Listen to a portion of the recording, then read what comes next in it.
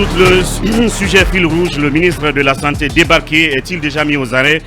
On continue à poser la question en attendant que Talibi nous donne quelques bribes d'infos qui sous-tendent notamment ce limogeage brusque, bien entendu inattendu, et puis sa mise aux arrêts éventuellement ce matin.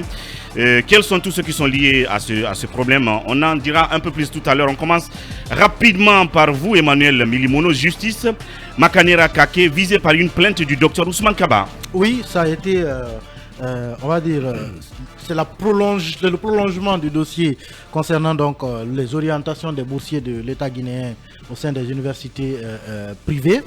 Et il y a surtout Makanera Kake qui aurait tenu des propos chez nos confrères de Joma Media dans l'émission On refait le monde, propos dans lesquels il aurait accusé donc Ousmane Kaba d'avoir signé avec l'État guinéen un contrat portant sur 330 milliards de francs guinéens en vue de donc l'orientation et la prise en charge des étudiants guinéens, donc boursiers de l'État guinéen, dans son université, donc l'université Kofi Annan.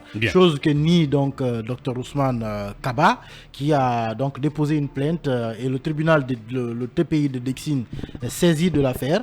Il semble d'ailleurs que le sieur Makanera Kake est cité donc à comparaître dès le 30 novembre prochain pour répondre donc à la convocation de la justice suite donc à cette plainte du Dr Ousmane Kaba. Bien, donc ça va chauffer entre Makanera Kake et Ousmane Kaba, c'est ce qu'on voit.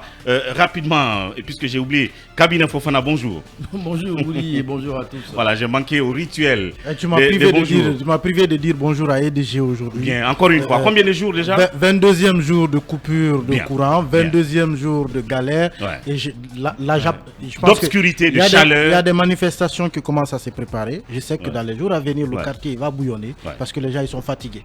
Parce que pratiquement tout. Et EDG ne nous dit rien. EDG nous ment. Et tous les petits foyers de tension qu'on voit actuellement à Conakry sont liés à l'affaire de l'électricité, tout simplement. La dégradation, elle est extraordinaire. C'est une chute. Elle est historique. C'est une plongée. Alpha Condé nous a légué.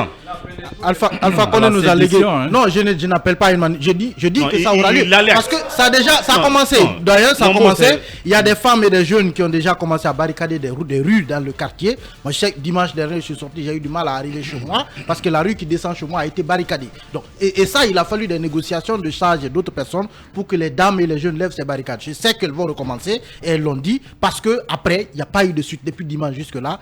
On a menti aux gens pour dire qu'il y a un transformateur qui est venu depuis dimanche, sauf que c'est faux. Les informations qu'on a, c'est qu'il paraît que le transformateur qui est là-bas, EDG n'en a même pas un en stock. Donc on galère depuis 22 jours dans l'obscurité. Que le ministre de l'énergie, que le colonel et que monsieur le premier ministre en soient témoins. On pourrait porter plainte contre EDG parce qu'il y a un contrat qui nous lie. Il doit nous fournir le courant, on paye la facture. EDG a violé son contrat. Et ça, c'est un contrat. J'ai envie de dire, les blackouts, ça devient le quotidien de la Guinée. Les blackouts ailleurs, ça cause des problèmes, des morts, des dégâts. Mais c'est pratiquement le quotidien des Guinéens, où 10 fois par jour, l'électricité fait des va-et-vient. Et encore que d'autres font près d'un mois, ils n'en ont pas vu.